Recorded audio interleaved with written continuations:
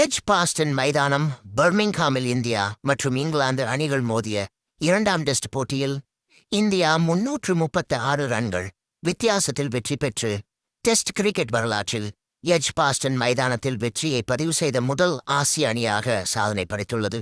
இதேபோல எட்ஜ்பாஸ்டனில் வெற்றியை பதிவு செய்த முதல் ஆசிய கேப்டனாக சுப்மன் கில் சாதனை படைத்துள்ளார். இந்த போட்டியின் வெற்றிக்கு பிறகு பேசியுள்ள சுப்மன் கில், எட்ஜ்பாஸ்டன் வெற்றி என்பது என் வாழ்நாள் முழுவதும் நான் போற்றும் ஒன்று. நான் ஓய்வு பெறும் போதெல்லாம் இது எனது மகிழ்ச்சியான நினைவுகளில் ஒன்றாக இருக்கும். உலகின் பிரபலமான மைதானங்களாக கருதப்படும் லார்ட்ஸ் மைதானத்தில் விளையாட வேண்டும் என்று என் சிறுவயதிலிருந்தே கனவு கண்டேன். வருகிற போட்டியில் அங்கு விளையாடப் போவது ஒரு சிறந்த தருணமாக இருக்கும். லார்ட்ஸ் மைதானத்தில் விளையாடப் போகிறோம் என்பதை விட சிறந்த விஷயம் ஏதுமில்லை.